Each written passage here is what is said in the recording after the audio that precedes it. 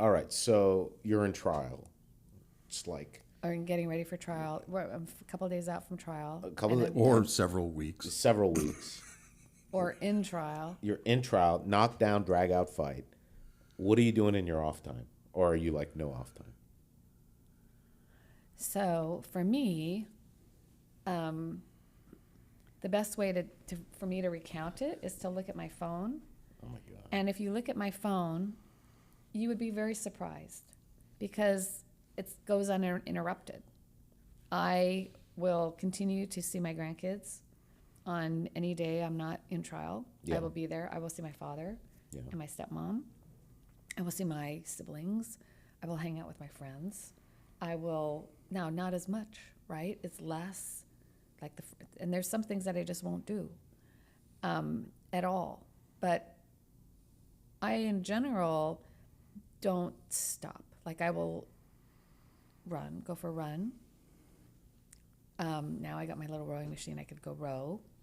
Okay. I will watch I typically will watch some kind of a mindless TV show at least for an hour a day or go to the movies.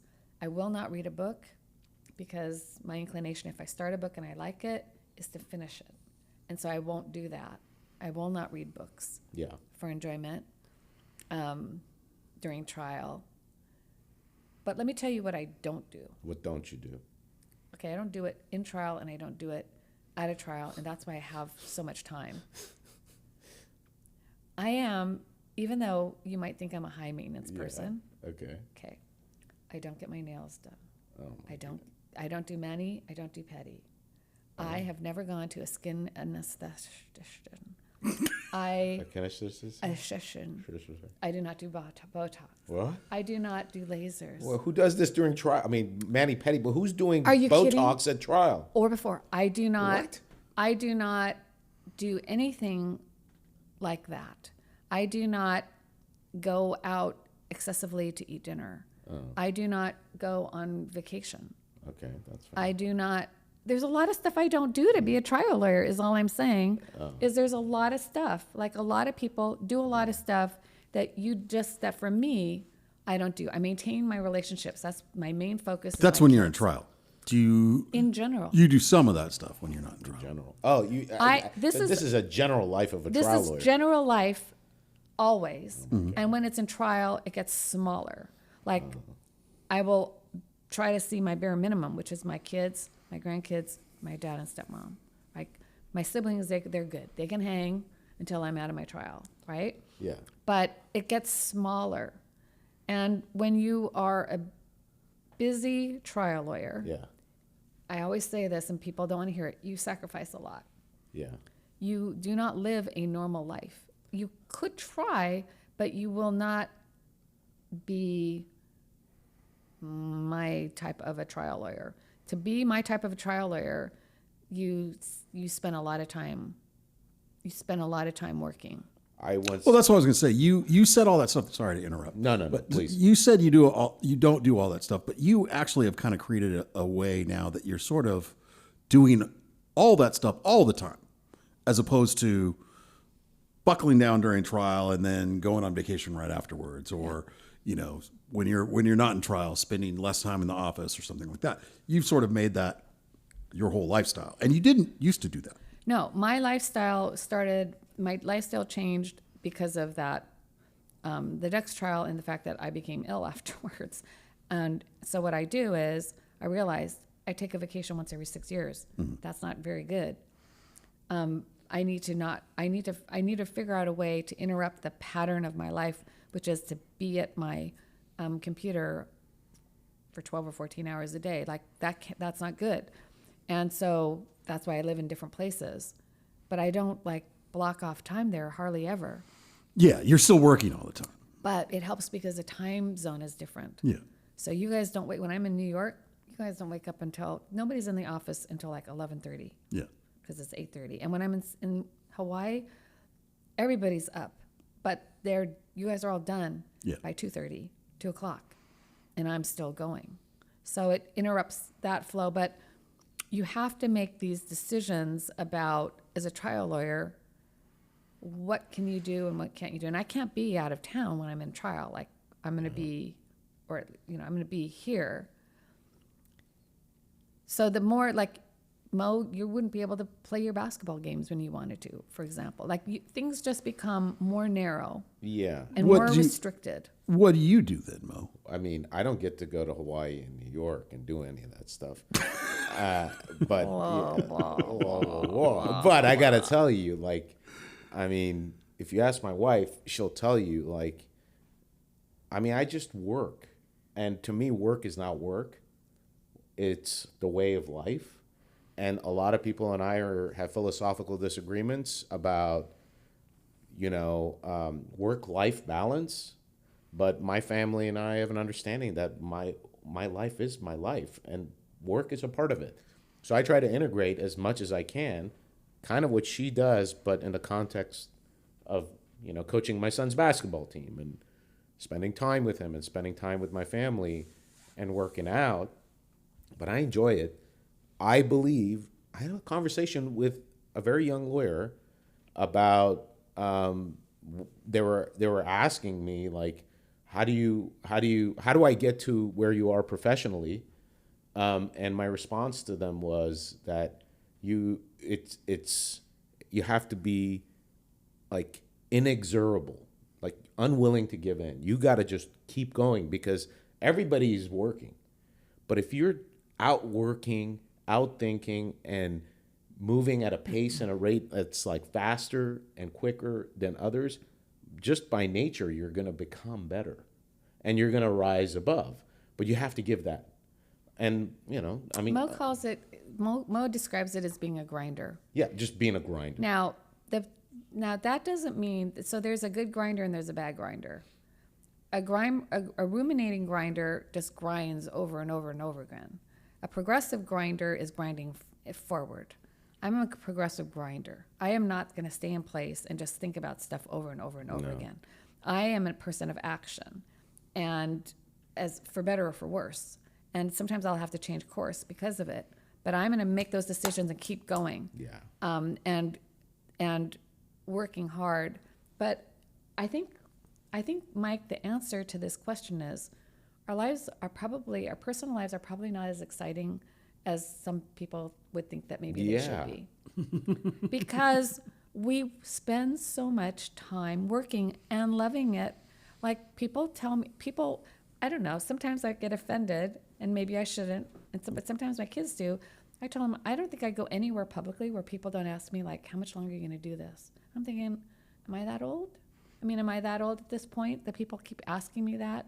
Everybody asks me that. Well, that's kind of funny, too, because I don't think of you as that old for attorneys. Everybody asks me. Now, I am a female, Yeah. and maybe that plays something into it. I've been successful, but what does that have to do with anything? I love what I do.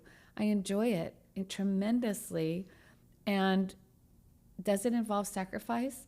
I don't see it that way. Does anybody? And that's the problem for my family. Yeah, I was going to say you that. work so much, you could see us more. And I'm like, I could, and I will make every effort to, that time is a commodity for us, right?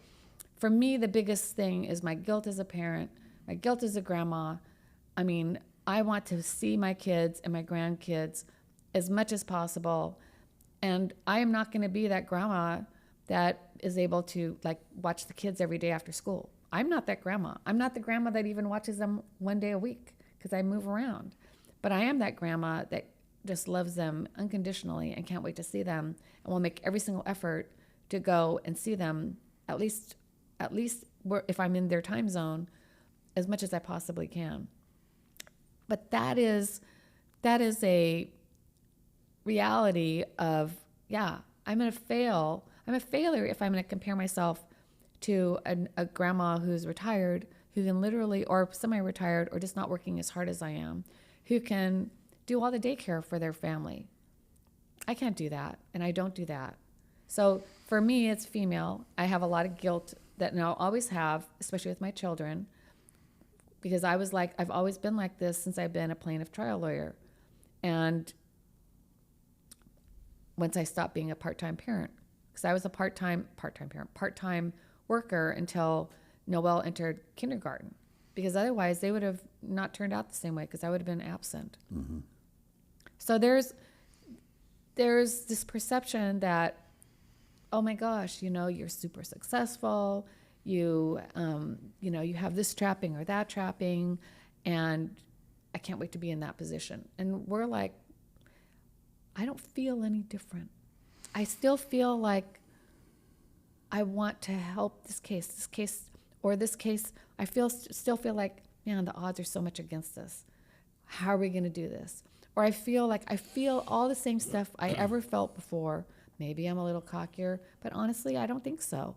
I might just say it because time has shown that, I know the difference between a good case and a hard case, but I don't just want to work on easy cases. I want to work on the hard cases, even if we're going to lose. So getting back on what you guys do during trial or coming up to trial to try to remove yourself. Yes.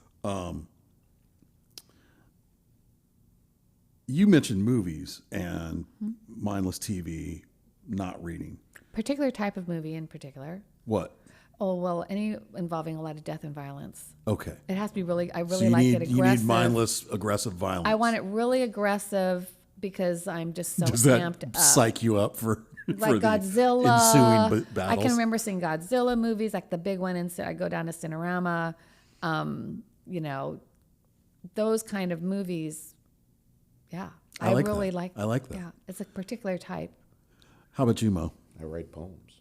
Okay, so you stick to your I stick to my your pen. writing. Yeah. It's like, would anybody ever say to me, hey, when are you going to stop writing poetry? Aren't you getting a little too old for that? I mean, you wouldn't ask a person that. When are you going to stop painting? When are you going to stop playing basketball? When I physically can't. Yeah, but you write really fast. I know, but the same with work. Like, when are you going to stop practicing law? Are you getting too old? Like, when am I going to stop writing poetry? I don't think of it that way. What I was going to say is it's more the action of it. For me, it's that while you're not shutting your mind off, it's a way of shutting your mind off. You're compartmentalizing. Yeah. So you go just to your creative side. I go to my creative side. And you're not spending your Yeah. spending your time thinking about all the other stuff that you have to think Yeah, I mean, for law, I'm looking for action. I'm looking for the juice. Mm-hmm. The juice. And for me, as you know, I do my trial diaries after, Yeah. after court every Yeah, day. I mean, you're writing that out People as are well. like, what are you doing? And that's another way for you to do it. You're writing about the case, but you're cathartic. shutting your mind off and just writing it out. It's talking about like my feelings or what I was Yeah. wearing or what the judge said Or whatever. There was a bird that pooped on a window outside the library when I was sitting there. I mean, it's just the mundane, it's Jerry Seinfeld kind of stuff. Totally. And I just find beauty and joy in it. Well, and I So- think that's why people like reading those so much. I just I know think- I do. Well, there you go. And I appreciate that. But I think that the myth is that there's some special formula for this and there's not. But you do modify your life as a trial lawyer. And when you're in trial, it becomes more narrow because there's just even less time to deal with. Yeah. Any other tips for people? I mean, the other tip I have is that you got to be physically active. If you're sedentary when you're in a trial, I think that's not productive in being sharp in the mind. Yeah. So go for a walk, and do something, at least 30 minutes a day. I listen to music a lot of the times. Like, I like music. Any particular style that you have to listen to? I like hip hop. Okay. I mean, like, I'm probably listening to Tupac most of the time when I'm like, before I'm coming into court and So stuff. it's like when they're entering the boxing ring. Oh yeah. Oh yeah. I mean, like, yeah. I mean, I don't know if you're familiar with Tupac. You're familiar with yeah. it. I mean, he writes some very personal lyrics. Such really good stuff. Yeah. Yeah. Okay. So I can give you an example. Like in the Dux trial, okay, it was an outlier because it was so long. My life did not stop. I had a boyfriend at the time. He wanted to go see Cher in Vegas Oh my God. in the trial. So And he then- knew, like, this was, Share in chose that after you had gone to trial? We'd already selected it, and the trial was going on. Okay. And so we went and saw, Cher. We were there for like 2 nights over the week because you don't have trial Yeah. on Friday, Saturday. Yeah. So I went and saw Cher. I really love Cher. And the trial keeps going on like another month or something. And then we're at the end, and I need to come up with a closing argument, right? And when I run with headphones, and I'm either talking to someone on the phone, which I prefer, or I'm listening to music. Or I turn off everything, which is rare, because I typically like a lot of stimulation. And I'm thinking like, okay, how am I going to do this closing argument? It's going to come to me. Yeah. And I'm sitting there going, I want a song. I'm going to do a song. Well, what song am I going to do? And you remember my song.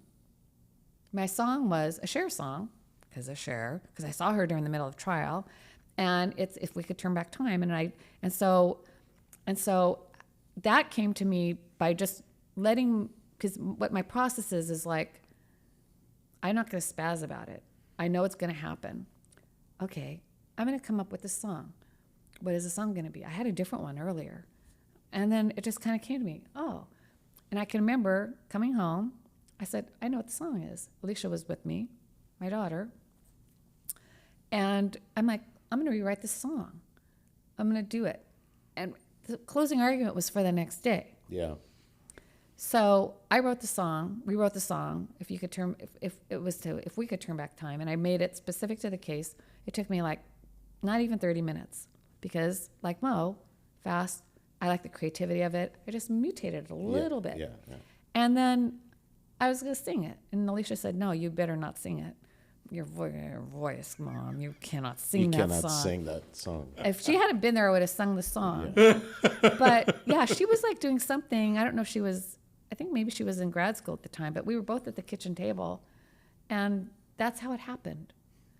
And it was one of my best closing arguments. It wasn't actually the day before because we decided to turn everything, if we could go back in time, backwards.